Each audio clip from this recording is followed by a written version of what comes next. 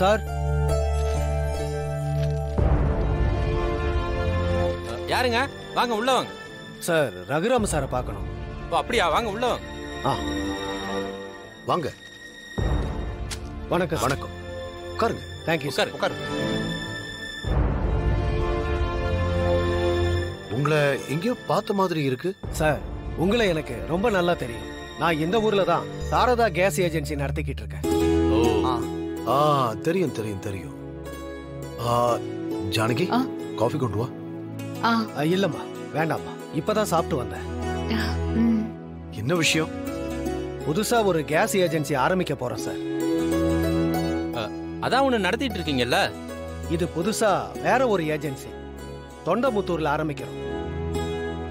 அத நீங்க தான் வந்து உங்க கையால திறந்து வைக்கணும். என்னங்க சார் இன்விடேஷன்? நல்ல விஷயம். நம்ம ஊருக்கு நீங்க புதுசு இல்ல?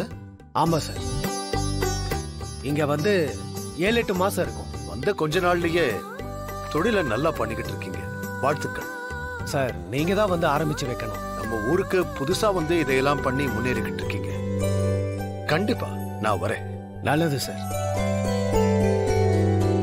உங்க பேர் என்ன? என் பேரு சரவணன். இதுல ஓனர்னு வேற பேர் இருக்கு? ஆமா சார். ஏஜென்சி ஆரம்பிக்க போறது உங்க மருமக கதிரவன் தான்.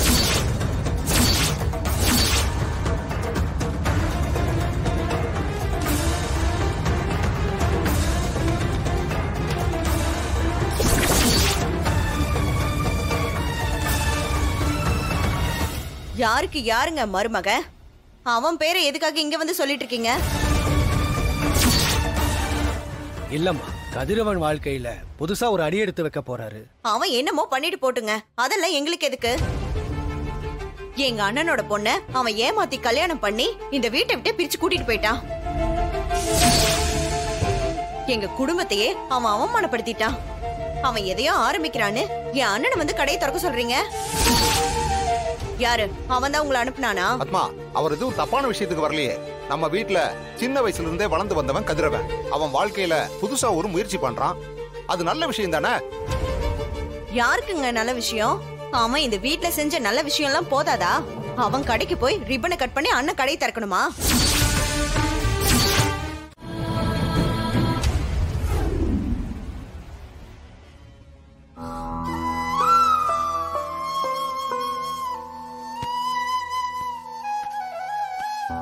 ஏங்க, என்ன ரொம்ப நேரமா ஏதோ யோசிச்சுட்டே இருக்கீங்க?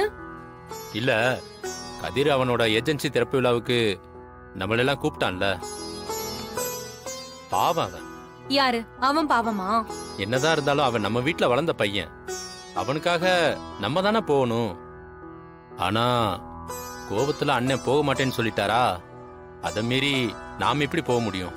அவன் பண்ணத யாரும் எல்லாத்தையும் மறந்துட்டு உடனே நான் வரேன்லாம் சொல்ல மாட்டாங்க. இல்ல பார்வதி, கதிருக்கு ஏதோ நல்லது நடக்குது, நம்மளும் போய் வாழ்த்தலாம்னு நினைச்சேன். ஏன் போக வேண்டியதானே?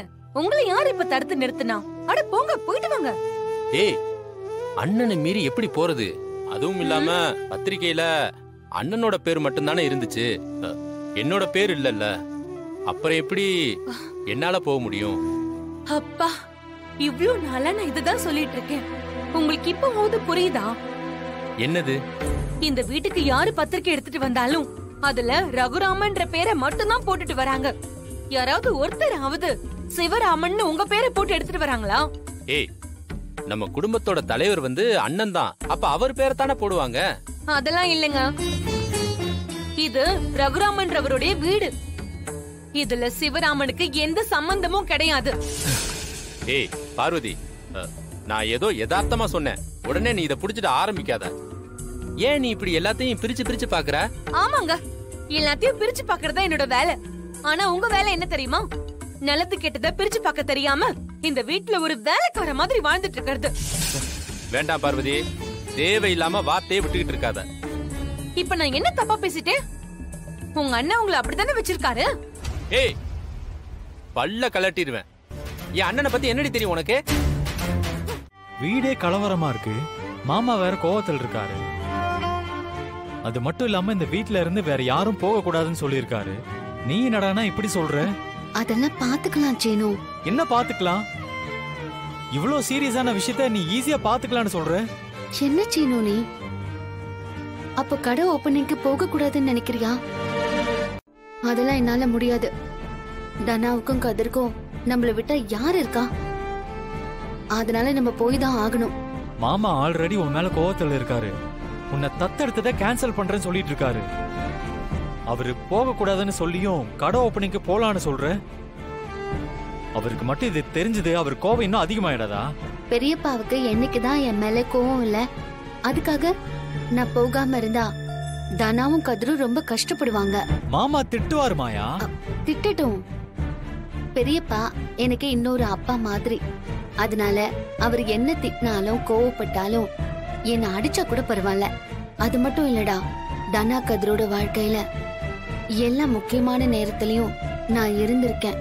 அவங்களுக்கு கல்யாணம் பண்ணி வச்சதுல இருந்து என்னால முடிஞ்ச எல்லா ஹெல்ப்பையும் நான் அவங்களுக்கு பண்ணிட்டு இருக்கேன். அவங்க வாழ்க்கையில எனக்கு அக்கறை இருக்கு சீனு. அதனால எந்த பிரச்சனை வந்தாலும் நான் போகதான் போறேன். பாத்துக்கலாம். மாயா, நீ சொல்ற காரணம் எனக்கு புரியுது. ஆனா இப்ப இருக்கிற சூழ்நிலையில நம்ம அப்படி முடிவெடுத்து போக முடியாது. கொஞ்சம் அட்ஜஸ்ட் பண்ணி தான் இருக்கணும்.